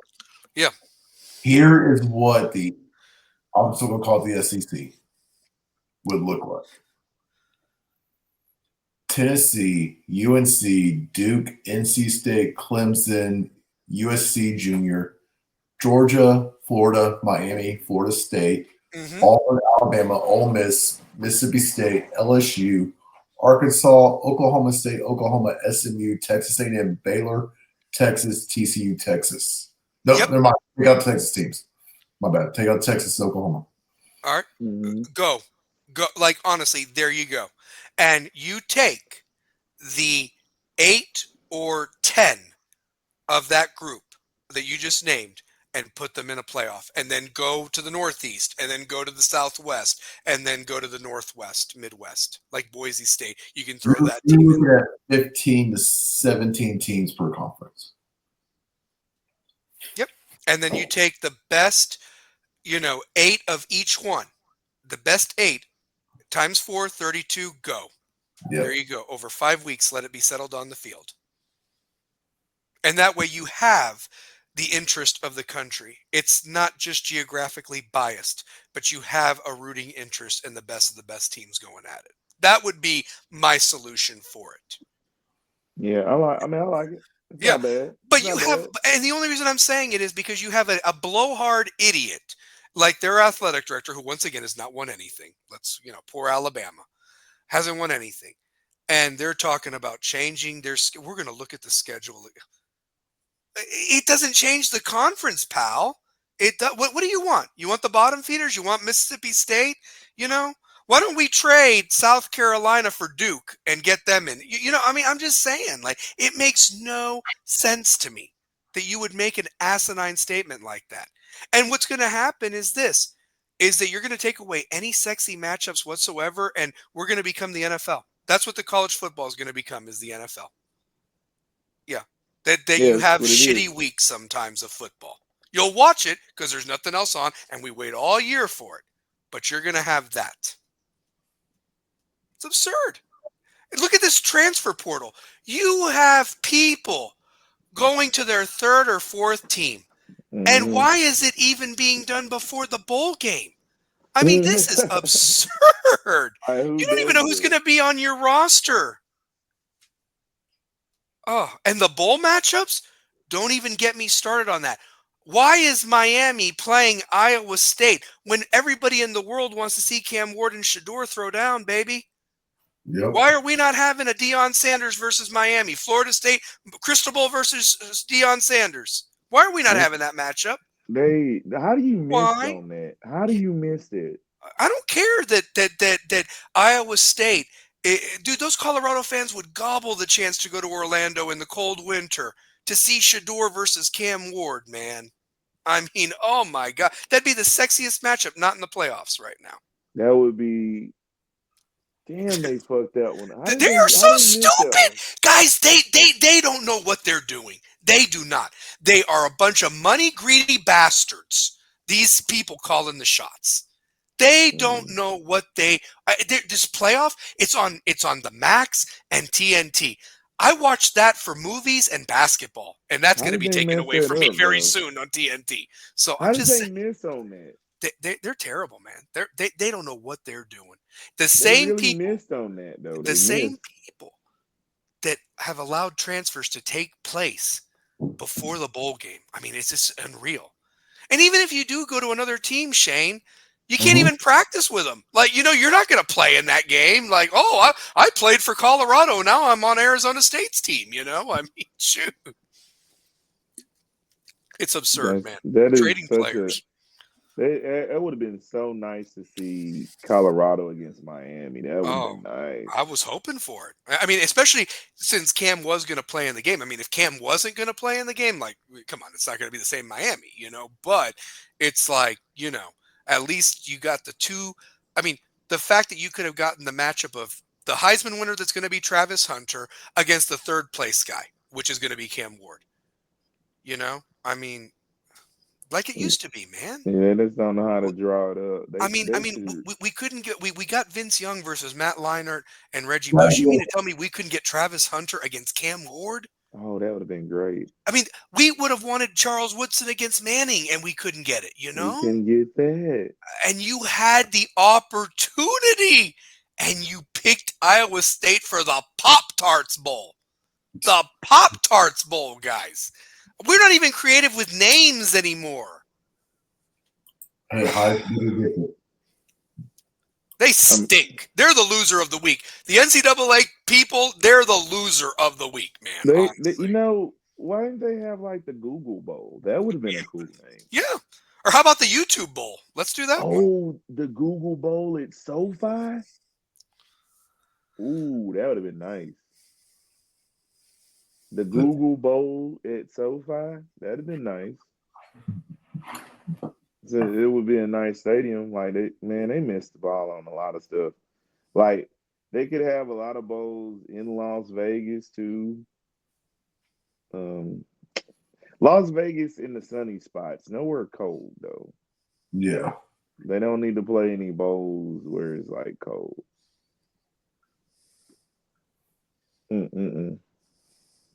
They missed on that one, man. They did. They did. I actually got a friend that was watching that didn't want to comment on the chat box, and they basically just said, "Keep preaching of how terrible these bowl games are. They need to be gone." That's what I just got. Mm. I mean, because here's the thing, guys. What I like to see. Who? It's what I would like to see: an NIT tournament for basketball or for football. Yeah. For football? Yeah. Oh, man. Yeah. Yeah. I don't know if they would do it. I mean, here's the thing. If you want to have them at the bowl neutral sites, fine. That's fine. But have it. Because I think there'd be more interest in that than the other. Because that could be played during the week while you're waiting for the big one on the weekend. Like the real tournament. The NIT's played during the week. The NCAA's is on the weekend. So, yeah. I mean, like I said, guys, I'm not perfect with what I thought, but it's just like you had some opportunities and it was missed. I mean, like look, Alabama's playing Michigan in the Citrus Bowl. Okay? I mean, here's the thing. I don't care that you have the bowl tie-ins of the conferences. Why not have Alabama and Ole Miss throw it out against each other? We didn't get to see it in the regular season. Have the best matchups, man. Forget your conferences. Why are we watching Colorado and BYU? I'd like to see old Alabama and Ole Miss play. I mean, I'd like to if you're gonna give me BYU and Colorado, they're in the same conference. Nobody wants to see that. No. Then why didn't you give me that? Yeah, exactly. And again, give BYU Iowa State again, honestly, and have Colorado play Miami. I'd watch that. Here's the sad thing. Here's the sad part about it. You have Ole Miss versus Duke, and Duke doesn't even have Malik Murphy playing for him because he hit the transfer portal. So they're not even playing the team that was 9-3 Duke. They're going to play 3-9 Duke. Is Jackson Dart playing for Ole Miss? Who are they lose? I mean, I want to know who Kiffin's throwing out there. I mean, this like those games will not matter because the people have already hit the transfer portal if they've not already preparing for the NFL draft. That's wild, man. I mean, this is the day and time we live in. Wait until after everything's said and done. Thank you. Please give this man money, honestly, because you would do more with what the people in charge are doing with it. I mean, it's horrible, guys. And what about the years when we were younger and we would watch those bowl games? I remember we would do the college bowl pick'em and we would talk about it next semester after Christmas break of who did it. How about this? People used to play in those bowl games. It wasn't, I'm sitting out because, I don't want to affect my draft stock. A lot of guys played because that really was their last shot to show that they, And you want to know something else? I bet you all don't remember this one. Christmas Day. For the teams that didn't make a bowl game, because there weren't that many bowls back then, the blue-gray game, which was the best of the best seniors for the teams that didn't have good teams, trying to show NFL scouts, please draft me. Mobile, Alabama, the blue-gray game. The blue-gray game. Reese's Bowl or whatever it is. Yeah. Birmingham Bowl? Is it now the Birmingham Bowl or something? Maybe it is the Reese's Bowl. No, the Reese's is a senior bowl, like the. Oh yeah, that's right. That's right. After draft bowl. This was for the seniors who didn't make a bowl game. That's right. Yeah. Well, let me ask you this: do they still do the East-West Shrine game? You remember that one that was played in Honolulu, Hawaii, the East-West Shrine game or whatever? And that was also seniors trying to show one last show out to hopefully get drafted. Now, you see, that's my whole point, guys. Now it's about how fast was your 40 time? How fast how many times did you throw up 225? That's important. But how about the actual how you play in a game with other people? And do your skill sets match what the team needs? Does it translate to winning? Thank you. There's winning translate to winning. Combine that translates to game reps. There's nothing. TJ Finley is going to another school. It's getting out of hand. It is getting out of hand. It is. I mean, one of the receivers for Alabama, the kid, the one that won the game-winning catch against Georgia, he's in the portal. Ryan Williams. We just lost one of our receivers. Yeah. Your boy from Florida State, the big defensive tackle, is going to his third team now. So you had a shitty season. You don't want to come back and work hard and try to get it back? No, you're going I to. don't want to compete. I don't want to be on that team anymore. I'm going over there. I mean, it's so babyish, man. And I'm going to tell you this. As much as the 7-on-7 is whatever, guys, it is killing us, right? It is killing physical football right now. Why don't we just go to flag football, man? Let's just make that up. Like my son's in 7-on-7, and the only reason I have him in is because he's a receiver in a corner. Yeah, yeah. So all it is just get him reps at running his routes better and better coverage. That's the only reason I got him in it. Yeah, well, Shane, I have nothing against the 7-on-7. You know what I have a problem with? I have a problem with the gurus at the recruiting sites ranking some guys that have no business because they can run a route great and they can catch the ball. But when you put some pads on them, they are no shows, man. No shows. Yeah, that's actually my biggest issue with my son is I can throw that ball. I can throw the ball to him 100 times. He'll catch 90 of them. Especially like we're like peak season form.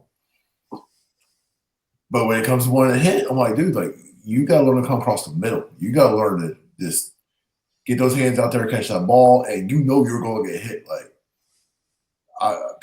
I knew what's gonna come my way if I came across the middle. I better have sure hands, and my hands better be strong. That's all it was. But man, it's gotten so soft now. Like you see, like these dudes like, oh, they dominated this. Like, man, I don't give two shits about 7-on-7. I know a lot of guys that coach it.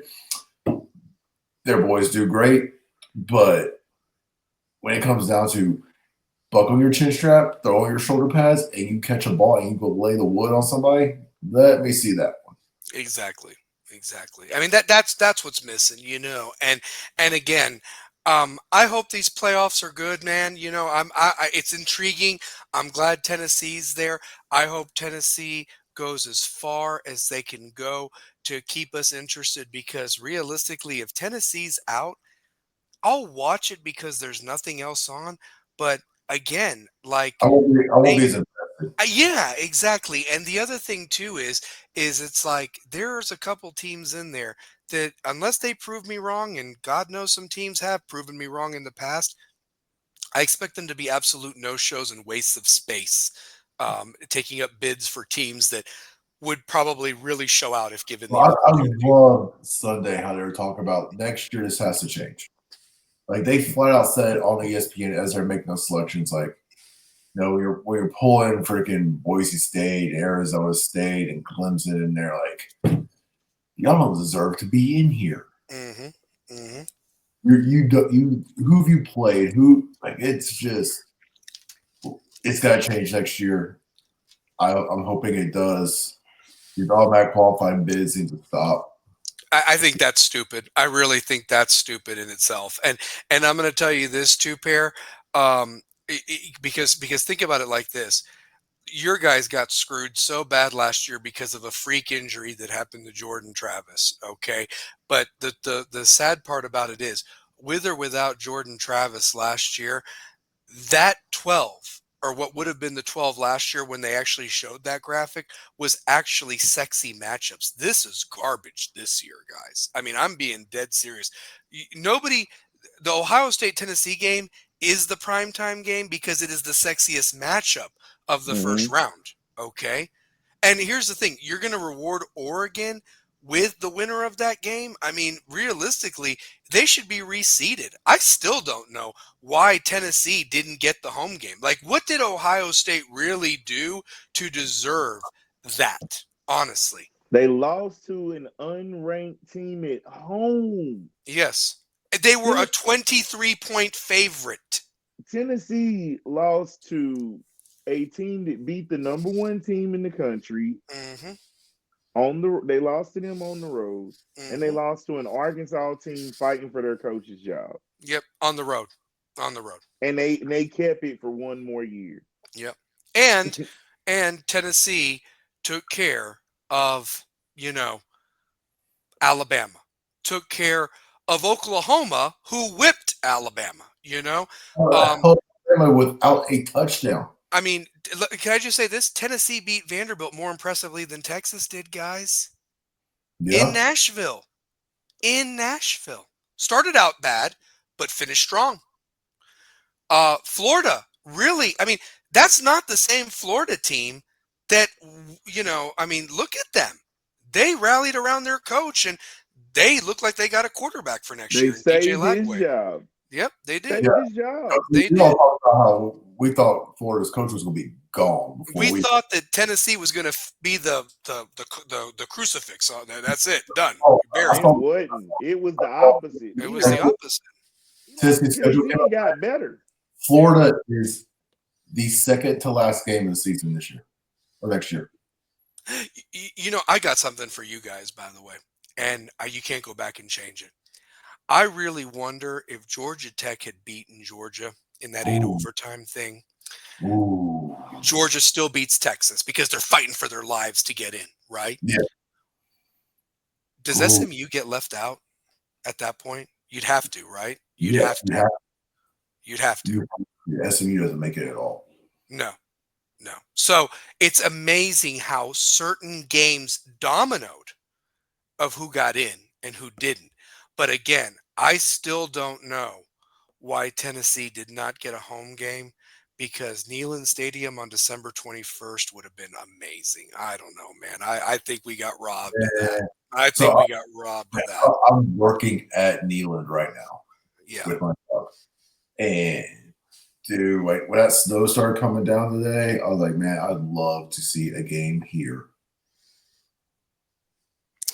with the snow. God, that's all that ran through my head today. Because I'm watching them shut down the stadium for the year. Yeah. So they left everything in there. Everything was prepped for a home game. Wow. Tennessee was what? I don't know. I really believe, I thought that with SMU losing that everybody would have moved up, and they should have moved up. I really believe that maybe we should be hosting Clemson like an 8 or 9 or something, and then put Ohio State as the 7 seed if you wanted to do that. I don't know. I looked at those rankings and I was like, man, Tennessee should get a home game in Neyland. Honestly, It would be dope, wouldn't it? Yeah. Because let me ask you this: who's hosting real quick? Notre Dame's hosting, right? So the house that Rockney built. State, Texas, Ohio State. I still think Tennessee should have hosted.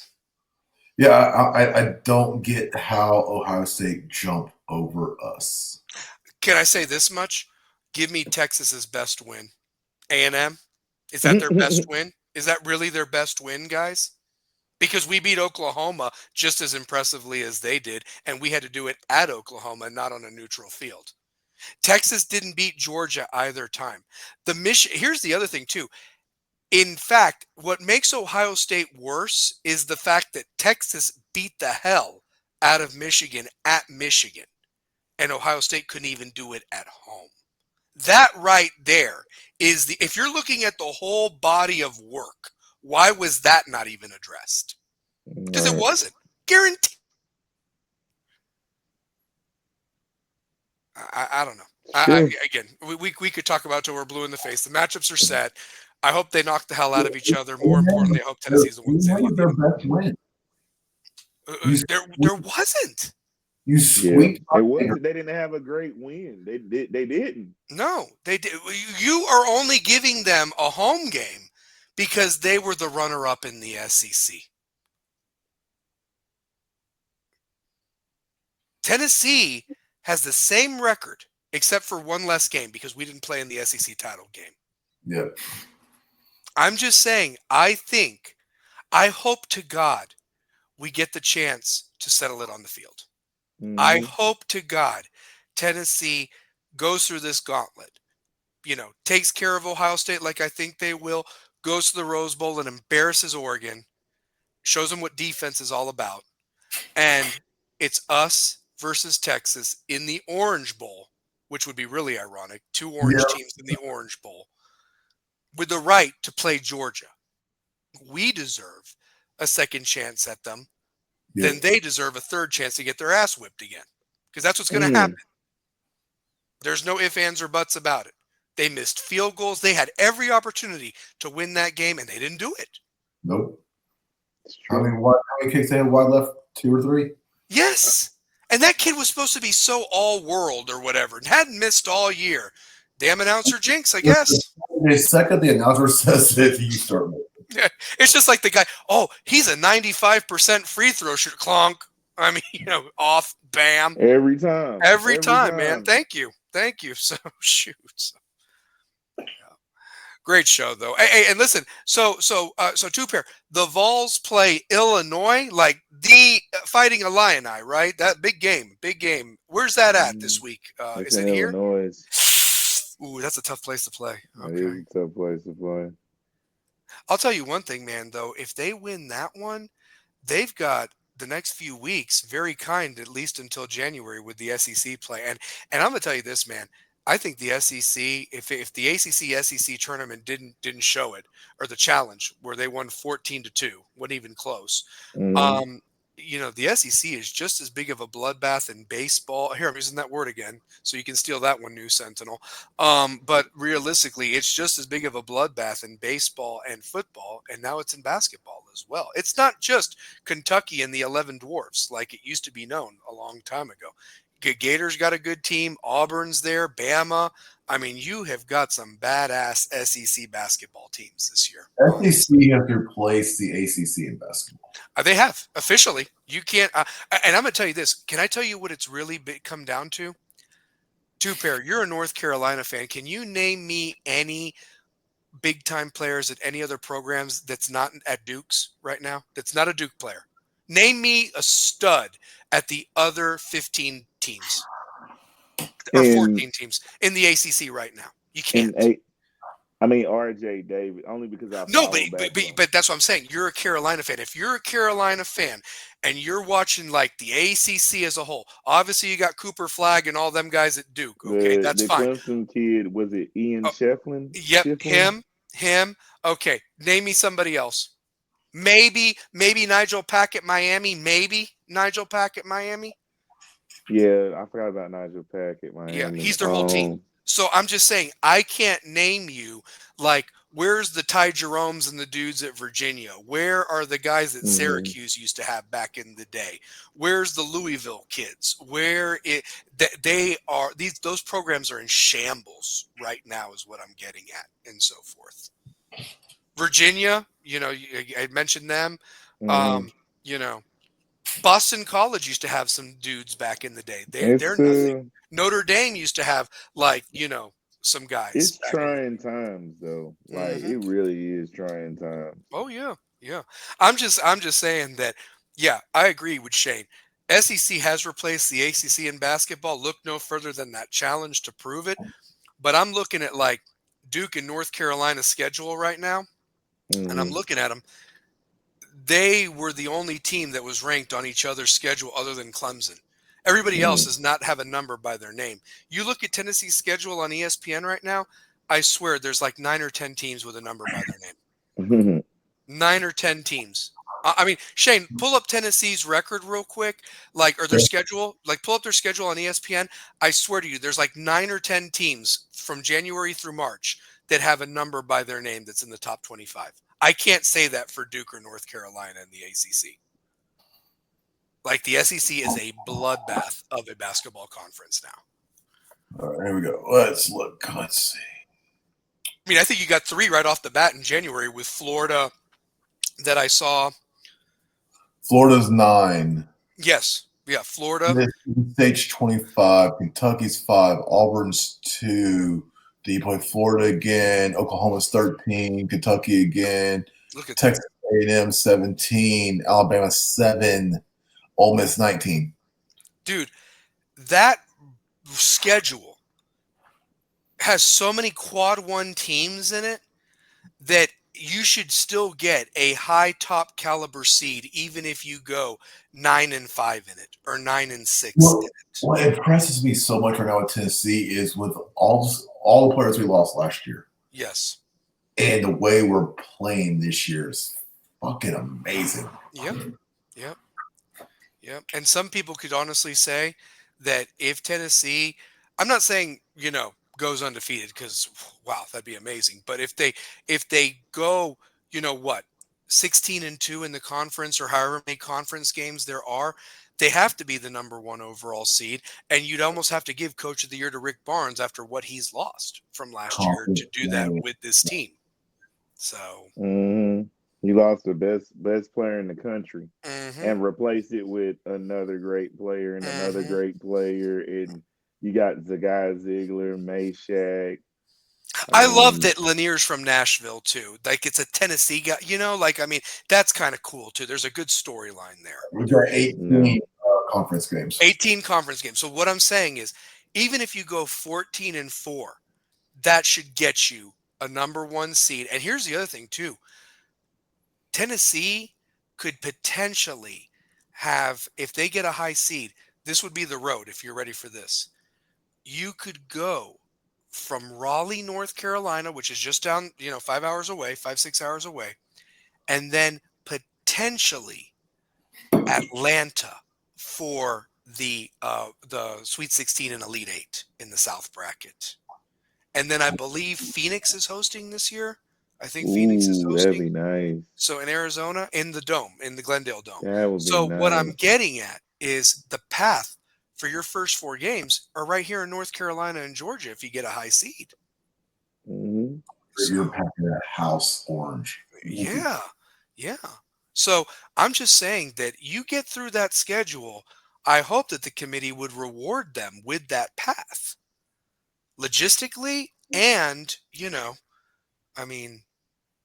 it'd be amazing to see. I know there's going to be a lot of basketball to be played, but take care of Illinois. That's another strength of schedule game. You whip the hell out of Syracuse. That's going to be upper echelon ACC. That was a big win. So you beat Miami. It's not the same Miami from 2 years ago, but you took care of them handily. You've beaten. You're not playing Little Sisters of the Poor. You're actually beating Power 5 quad 1, quad 2 teams here. So, absolutely. And here's the other thing too. You're coming off of a baseball national championship too. That's pretty freaking amazing. And then the Lady Vols ranked. They beat Iowa, and that was awesome. Like that, like what she has done is outstanding for the Lady Vol community. And I liked what she said, and she came through with her promise. Teams aren't going to like to play us. It's almost like Nolan Richardson's 40 Minutes of Hell, man. Honestly, that's what it really is like. And I like it. They needed something. They needed a new identity. They did. So, yeah. I love that they went away from the had to be somebody in-house or with ties. Like, it was due. Mm-hmm. Yeah. I do wonder, too, Pair, last thought or whatever. We got to talk about it real quick. North Carolina hiring Bill Belichick in football. If they're going to do that in football, and Hubert doesn't really do that much, where do you think North Carolina turns, man? Like for basketball? Because I'm not trolling when I say this. What I'm asking is, they've kept it the Carolina way, the family, and everything like that. They just missed gone out of the family. No, and they've just missed out on a number one player that BYU paid $7 million for. He's a Mormon kid. I get it, but I'm just saying, what about the kid for 2026? What about the kid for 2027? What I'm getting at is Carolina. You mentioned it last week about the Jerry Stackhouse and Rasheed Wallace, who's your all-star. I really believe that Carolina is starting to get left behind in that regard of getting the big time recruits. Yeah. And the names that are bringing them. And all I'm getting at is you're not putting guys. They're always going to put guys in the league, but you're not doing it the way you used to. Yeah. And realistically, he knocked it out of the park with that one guy from Oklahoma that shot 3-pointers all the way to the championship for him a couple of years ago. But his transfer portal the last couple of years has not been as good as Rick Barnes. That's a fact, Hubert. So, so if you're not getting the recruits and you're not getting the right transfer, guys in the transfer portal, that's a problem right there. That's a problem. So is Michael Jordan helping pick everything? Because we know he's not great at scouting. I'm going to tell you this about Jordan. I think that the Bobcats, or I guess they're the Hornets now, they wore him out, man, because he looked so just miserable at the and that's a guy that just like ate, breathed, and everything Was basketball. basketball. He Yeah. was basketball. His own competitive nature, Jordan's the GOAT, in my opinion, but his own competitive nature is what hurt the draft for him. Mm-hmm. Because he's never going to pick somebody that's equivalent to his skill set. Mm-hmm. If that makes sense. Mm-hmm. And it might just because of the standard that he holds for who he is, but when it came to picks, even when he was with the Wizards, and I can't remember what his position was there, but like the draft picks and the scouting for the guys he picked, it wasn't there. Yeah. If I could ask you guys, last question. It's been a great show. We got to wrap it up, though. I know it's getting up there, but I guess my last question when it comes to Jordan, I can understand why he's not done more for the Bulls because of what that organization did to them at the end there. And look, you talk about the curse that's been on that team for years and so forth since they did that dynasty dirty. But my point is I'm surprised with now the NIL and everything like that. And maybe he has done something behind the scenes and it's just not been known. He never had any beef with Carolina, and I know Dean's been gone for a while and so forth, but I'm kind of shocked he's not done more for his alma mater because I know if we were in his position, look what we're doing for Weston. We don't even have that type of money or anything like that. That's all that I'm autonomy. Yeah. What do you all want and need? Yeah. Well, okay, can I throw this out there, guys? Let me just tell you this. The rivalry of Duke and Carolina, whether you're a fan or not, it's been well documented. And here's the thing. They're getting the guys that normally used to go to North Carolina. And the competitive nature in us, if we had that type of money, we would never allow that to happen if that was that type of thing, if we were in his position. And I'm just saying, I wonder why he's not done that, unless it's one of those things, what's in it for me? I don't know. I mean, I just feel that I'm just shocked by that. I really am, and I don't know if it'll ever change or whatever, but it is kind of interesting that Jordan hasn't taken more of the mantra when it comes to Chapel Hill and North Carolina basketball, because it's clear whoever their athletic director was not afraid to hand over $30 million for 3 years and stop paying one old guy to go to another old guy. And this old guy, though, can coach, but he had Tom Brady. What's he going to have at quarterback at Carolina? Exactly. I don't know if Belichick can adapt to the NIL and the way things are. I don't know. Some say he's setting it up for his son to be the next coach. Like his son's going to be the coach in waiting. Steven, yeah. And he looks just like him. It's really scary or whatever. What was his son at before? He was like an analyst or whatever. He was an analyst or whatever, or assistant coach or something. So, yeah. But he's going to be on that staff along with whatever he puts together. So, but Two Pair, we asked that question. You got rid of Mac Brown, who was everything for you. Who'd you think you were going to get? They got Bill Belichick, so they shut us the hell up. So there you go. So we pissing people off at all stages of sports and all levels of football and basketball. We've come a long way. We really have. So, but guys, great show. Listen, I hope the fans show up for the Ville and the game next week against Bearden is going to be great. It's been a long show, but I hope we talked about something that you guys really wanted to talk about. And we did, man. We really did. There's so much going on, and it's exciting because it's a lot better when we're looking at each other like, hey, what do we want to talk about? We're talking about wrestling or whatever. And by the way, real quick about wrestling. Last couple of Raws on USA, man. End of an era, Netflix, and it's going to be interesting. So, yeah. Raw on Netflix. The Rock will be there. Zeno will be there. I heard the main event's going to be CM Punk versus Seth Rollins. That's what they're I heard that too. The main event. Roman Reigns will wrestle for the first time on Raw in 3 years. Yeah. Do we see puppies, perhaps? Hmm. Do puppies make an appearance? Liv Morgan. We want to see what's the puppy's name? So I've said enough. That's good. That's good. Shane, leave us with something, brother. That's all I got. Love you guys. And then, of course, Two Pair, close us out like you always do, brother. Hey, everybody, thanks for watching tonight. Thanks for all the support we get. Love y'all. One West. Always, yeah, baby. Man. One West. One all West, with love, man. Big all with love. So, let's just have a wonderful week, man. Good luck to the boys and girls basketball teams this weekend. And, help somebody that, what I'm saying, is in need of help or talking or just having a rough go at it, man. You know what I'm saying? Life can beat you down, but you got to have a positive outlook on it.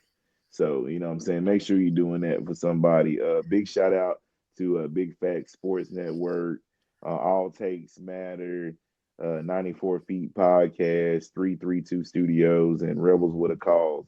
And we wouldn't be doing this without the support of you all. And we want to thank the faculty at West High, Dr. Speeds, Paul Romero, Coach Carruthers, and Principal Forrester for all your support. We really appreciate what you guys do and giving us a voice to further and motivate our kids, because we know that they're the most talented kids in the world, and we're going to push them to excel. And we want to highlight their efforts in all their sports. And we also want to say, well, if we lost the game, we want to look at it from this angle, and we want to give it to you in the right way. It's not talking bad or down on anyone's child. It's just giving a perspective of what we saw, being it. We've covered sports. We're in the sports field. We have coaches. This is what we do, and we want to do it for you. So please don't ever take anything we say directly towards any type of anything about your child in any way. It's not. It's just what we see from the game that is being played. That's it. We just analyze what we see and what happened. This isn't saying that your kid can't play the sport. No, we would never do that. Like that's really beneath us to even do anything like that. But we just want to give our perspective of said games. Absolutely. And it's all for love. It's called Rebels with a Cause because we know the cause. Don't stop when the clock hits zero, baby. And just because of a loss yesterday, that cause is still going because we ain't dead yet. We're down, but we ain't dead yet. A lot of season still left. First quarter. It's first quarter, like I always say. First quarter, baby. First quarter. So, yeah. We clean up our regions. Hey, and real quick, if there's somebody that you guys know, whoever's watching or listening, and you know somebody that might be having a little bit of a struggle trying to get their kids some Christmas or something like that, make it happen, guys. Honestly, just $20, anything to get them a toy or anything like that. Honestly, just try to make some kids Christmas special because it's really about them. So just my little high horse during these tough times. So yeah. Love you guys, man. Close us out, Two Pair. Do it. Hey, man, it's Rebels with a Cause, man. Throw your dubs up. Love, peace, and chicken grease, and we'll be back at y'all next week. You know it. Peace. We out. Go Rebels, as always, baby. We out.